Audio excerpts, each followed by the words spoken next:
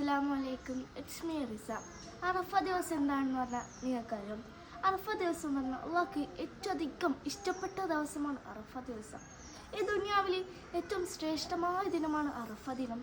ആ ദിനത്തിൽ നമ്മൾ എന്ത് ചോദിച്ചാലും, നമ്മൾ എന്ത് അള്ളാഹുവിനോട് ചോദിച്ചാലും അള്ളാഹ് നമുക്ക് തരും.